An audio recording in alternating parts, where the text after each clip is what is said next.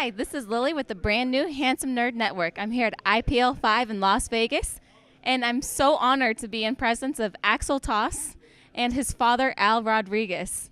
How are you? I am a little tired. I got up early this morning on a plane in New York. Pretty long commute over here, but I'm happy to be at this event. It looks awesome so far. I've been watching it on stream, and to be here, I can't wait to actually go inside and see what it's all about. Awesome. How has your trip to Vegas been thus far? Actually, it's been pretty good. I was fortunate enough to get a first-class flight up here, and I only decided to come up yesterday to support Alex. That's awesome. So, in the scene, a lot of times, it's video games, and parents aren't as understanding when it comes to supporting their child and anything they do. I know I'm a parent myself, and we say we're going to support your child in everything they do, but video games is hard. It's different to say, okay, I'm going to trust you. I'm going to take that leap of faith with you. How have you been able to deal with that, and did you sometimes have trouble dealing with it, or were you always just supportive? Boy, what a loaded question. Actually, all of the above. Obviously, when you think video games, a parent's thought is, wow, he's just going to play video games. But when actually I think it was the Texas Lone Star Shootout in Austin, and I saw somebody casting, I felt Alex would be a natural at that. So he has my 100% support. I will fight him at times on some of these things, but, I thought it was important that he be here, and we made it sure that we got here. I'm so excited to see a parent totally into it with his son. That makes me happy. How's it been for you, your journey? Because I'm sure you've had your ups and downs, and they're parents. They're not always going to be 100% understanding. They always think they know what's best for us. So how has your journey been thus far? Well, it's tricky because they're my parents. They're smart. They know about life because they've been alive longer than I have.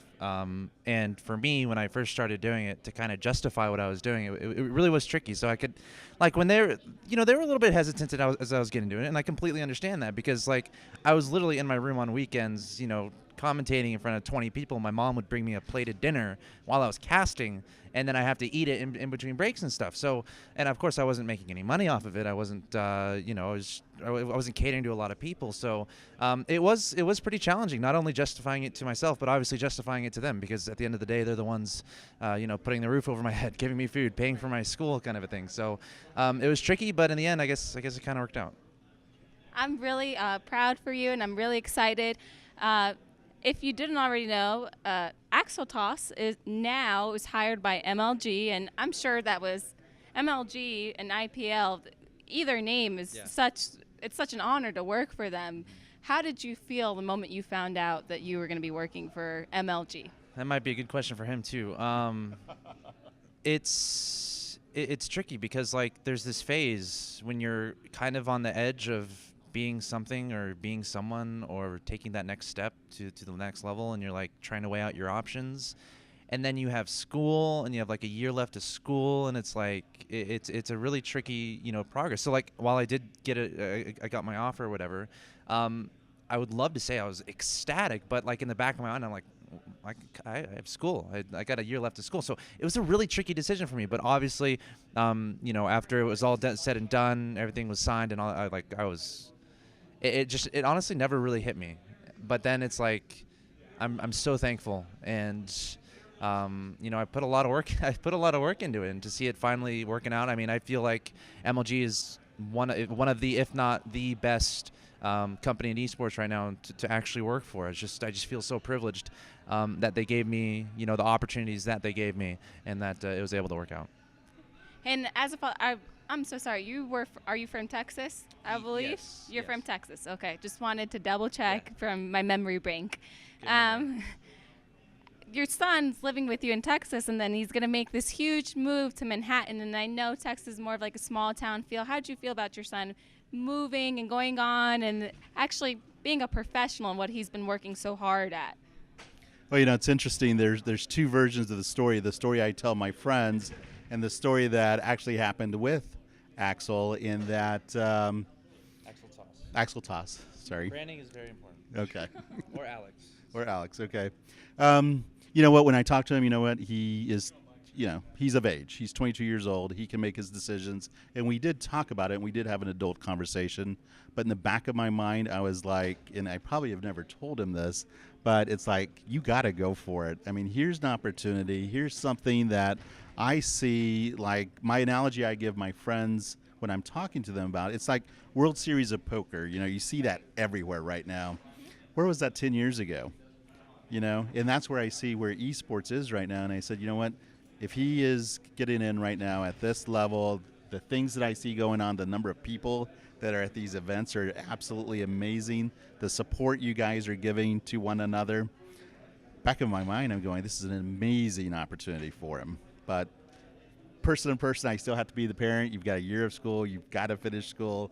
Texas A&M, Johnny football, the whole, college environment. He's a good-looking kid. He needs to spend time in college and not on video games. And, it's the right opportunity. It's the right decision for him to make. There's nothing, I want to give you guys like a big hug. That's so sweet. That's awesome. Are you still in school, or did you just, you're going to take the year off, and then when you decide you can handle both, you'll go back? Is that what's going on? Yeah, it's tricky because, like, as I was talking to MLG, I was literally in the first 2 weeks of school. So, it was such a last-second thing, to be completely honest. Like, if I had known about it 2 weeks before school started, it would have been so much easier. I wouldn't be having to pay tuition right now. But that being said, yeah, I just dropped out of my my senior year of college, and yes, I do plan on whenever I start finding time, whenever I start having a more sound, predictable schedule where I can actually fit in classes and whatnot. The idea is to eventually finish up my degree. It's only a year left, so it shouldn't take that much effort. But I want to be able to do it right, kind of a thing. I don't want to just half-ass it. Yeah, well, we're blessed in this age where you can take classes online and stuff. So, what were you actually studying for? Major in communication and minor in journalism. Oh, well, that fits you perfectly. Yeah, I wanted to do I want to do broadcasting of some sort. I wanted to be in front of a camera. I didn't think it would be esports. I was thinking like, football or soccer or golf, because that's what I was kind of into. So it's kind of interesting how it worked out like this. Okay. I got to talk with your dad a little bit, and he said you were a natural in golf, give or take. I mean, he didn't say it like that, but I'm going to take the words and say this. Yeah, so you're not necessarily true. You're natural. He said you're good looking. And so what made you go for esports? What made you decide, what game brought you into that world? I didn't know anything about it going into college. Like, I was always playing Halo, Call of Duty. Like, I was always getting mad when he shut off my internet when I was playing too much. I've always been a gamer. I've always been invested into competition. And the gaming atmosphere in front of a TV, having a controller, it just felt like you had so much control and you really could get into the game. And I remember like getting really excited when I got nukes in Call of Duty, and I would like go tell my dad I got a nuke and stuff like that. It's just really exciting stuff.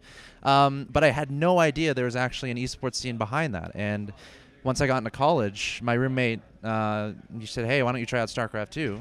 It's a pretty cool game. So I picked it up, played some fours, thought it was boring, and stopped playing for about 2 months, but then picked it up again, discovered the pro scene, discovered 1v1. And then I saw that there were actually broadcasters behind it. So yeah, I mean, StarCraft 2 was just a completely new world opened up to me. So it's like, again, like this event is a testament to how amazing it is and how it's going to become. And I saw that, and I said to myself, I want to be a part of that. As a caster, sometimes there's always a little bias. Okay. Towards a certain race. Okay. Even players sometimes. Maybe. Even players. We always have our players. Players is more forgivable, but go ahead. MC. Sorry, had to put that one in there. Okay. But I'm sure everyone has their own. Artosis, he built up Nesty's legend, and that's something he's known for.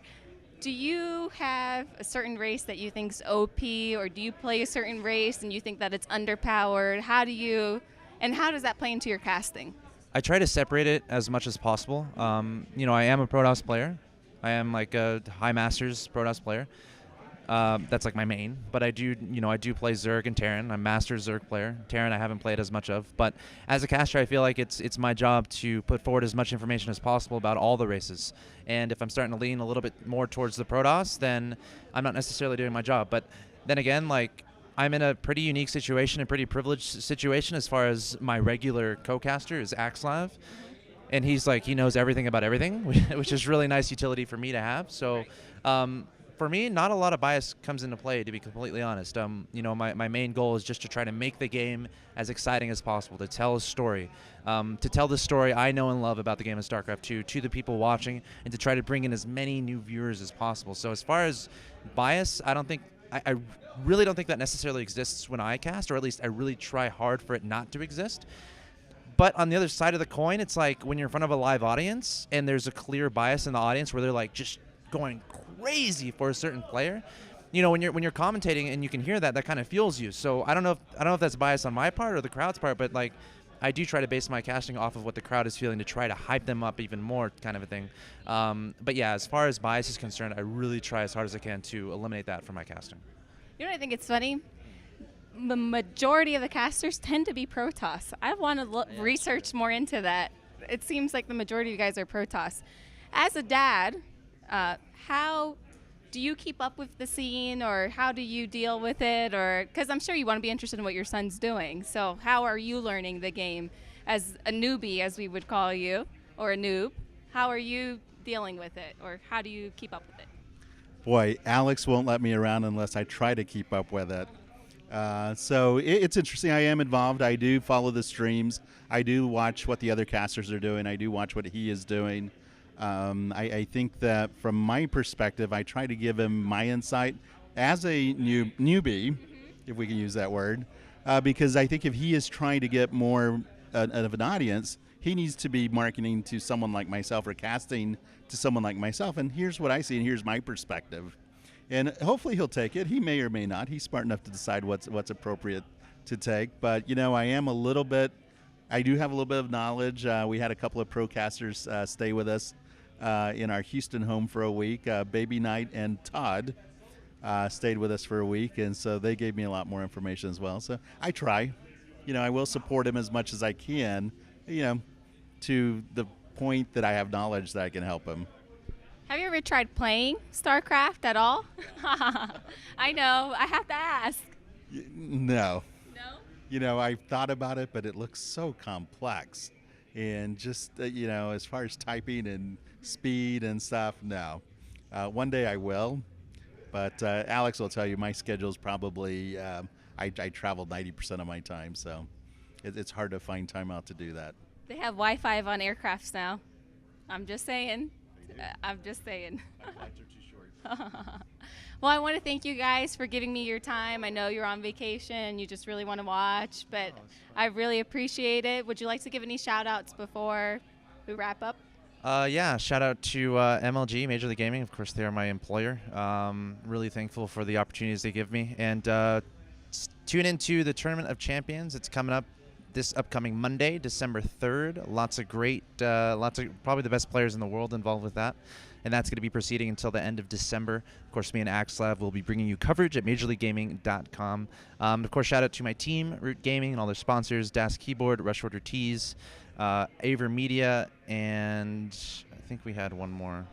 Your dad. My dad, of course. Shout out to my dad for being here and being awesome. Yeah, I think that's all I got. Anything you'd like to say before we wrap up? No, I think shout out to IPL for putting on such a great event. It looks amazing out here. Any opportunity I can have to come to Las Vegas, hey, I'm here. Invite me out. And Twitch was the one I was forgetting. And Twitch. Okay. Thank you so much for your time, and thank you for watching, guys. This is Lily from Handsome Nerd Network. Please tune in with more of our interviews on our brand new YouTube channel.